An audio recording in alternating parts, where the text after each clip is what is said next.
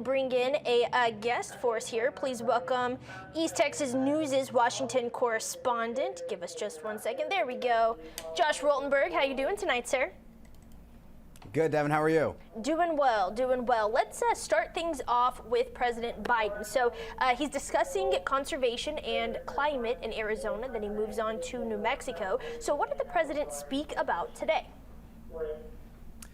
Yes, Devin. So this is all part of a Southwest trip that President Biden is taking. This is the first day of it. He's in Arizona. He's going to be in New Mexico tomorrow, and then he's going to be in Utah on Thursday. And this all has to do with climate change and also protecting and designating a national monument in the Grand Canyon. So the president, first and foremost, is touting his economic policy, which he and the White House have dubbed Bidenomics. He's also talking about climate change because we're coming up on the one-year anniversary of the Inflation Reduction Act, which the president likes to say is the biggest investment in climate change in the history of the world, $370 billion. But today in Arizona, he designated his fifth national monument at the Grand Canyon. He also allocated $44 million for national parks out there. But the president is making this trip during a time when the economy is exceeding even the White House's expectations, and also when his main political rival, the former President Donald Trump, is going through a mound of legal trouble. So the president and the White House are trying to take advantage of this situation right now and drive home where the economy is, again, while taking advantage of where Trump is. Absolutely. You mentioned Bidenomics. Vice President Harris giving her own remarks today regarding infrastructure, this time in Philadelphia. Can you break down what she had to say? Yeah, she was in Philadelphia, and she announced a number of different labor changes when it comes to an almost 100-year federal law. Basically, the upgrades that the Labor Department has made talks about trying to make more money for construction workers that are working on federal projects. And there's a bit of a tweak that the Biden administration has done to this federal law going back to the 1930s. And basically, the vice president's office said that this would affect more than 1 million workers working on about $200 billion worth of federal projects. Now, while there are labor unions that love this, on the flip side of this, you have some critics that say that this potentially could make federal projects more expensive for taxpayers if you have to go ahead and pay workers more. So at the same time, Vice President Harris is also touting quote unquote Bidenomics. And basically, to sum that up, the president has said he wants to continue to build the economy from the bottom up and the middle out, as opposed to trickle down economics like former President Ronald Reagan. Absolutely. There a lot of setting the stage, if you will, for the upcoming election. We know regarding the debate, former Vice President Mike Pence made the cut for the first GOP debate. So can you tell us a little bit about what it took for him to get here, and who else we might be able to expect on that debate stage? Yeah, so there's a couple different qualifications that a candidate needs to have in order to take place in that first debate, which is going to be August 23rd, a couple weeks from now, in Milwaukee, Wisconsin. You needed to have a certain amount of unique donors. You needed to be polling at least 1% in certain national and state polls. And also, Republicans that want to take part in that debate have to pledge that whoever the nominee is at the end of the day, that they will go ahead and support that person. Now, former Vice President Mike Pence had already qualified from the polling standpoint. He is polling above 1%, but he needed at least 40,000 unique donors. So now his aide on the campaign says that he has achieved that. And he's also made the pledge to go ahead and back the eventual nominee, and that could get dicey because, of course, he and the former President Donald Trump right now are caught up in the middle of this federal January 6th election interference case on different sides of this thing.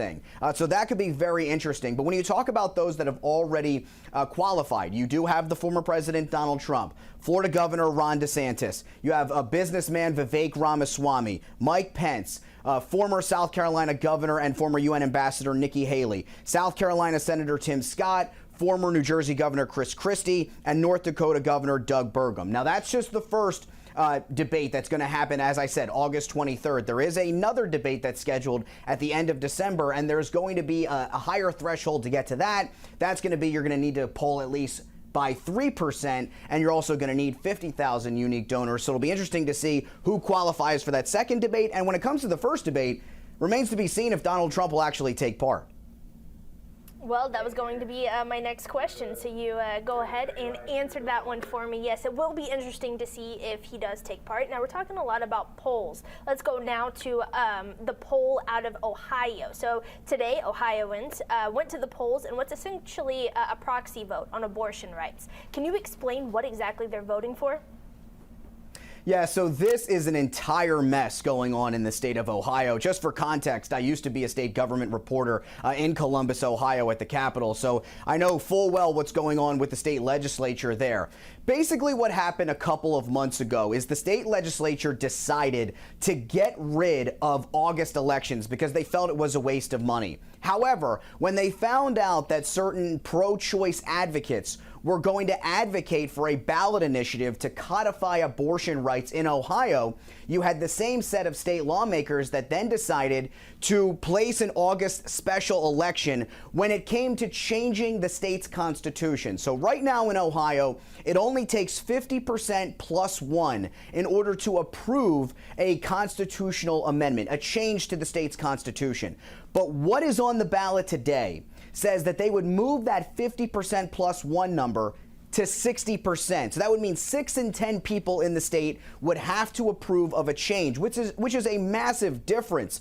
But what this sets the stage for is in November, which is when that abortion, that pro-choice ballot initiative will be on the ballot itself. And so if Republicans theoretically could succeed and raise the constitutional mandate from 50% to 60%, then come November, that abortion ballot initiative would need 60% to ultimately pass. Now, as of right now, there are some early numbers that have come in, and resoundingly, 85% of people are saying no to this amendment, which would keep this approval of a ballot initiative at 50% plus one. So it's very early. We'll wait to see what happens with the numbers, but it is definitely something that the entire country is focused on because, again, as well, this is the entire state of Ohio voting on this, and it could be a preview of what's to come just next year in the presidential election.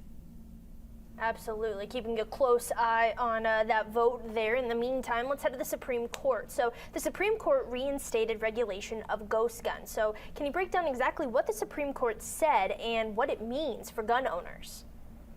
Yeah, so just to keep in perspective right now, the Supreme Court hasn't taken a full stance on this issue. They would only do that if the case was actually brought before them, and it could end up getting there. But as of right now, there is a case that is going on in the lower courts in the Fifth Circuit in New Orleans, and it has to do with regulations for ghost guns. For anyone that doesn't know what a ghost gun is, it's not a gun that's already assembled. It comes in a kit, and you actually have to put it together. But when it comes to these ghost guns, there are not serial numbers, there are no background checks, there are no transfer records. So what you're seeing is they're growing in popularity, and they're also catching the eye of people that want to break the law. And so as of right now, there was this issue that came before the Supreme Court. There was an appeal from the Biden administration.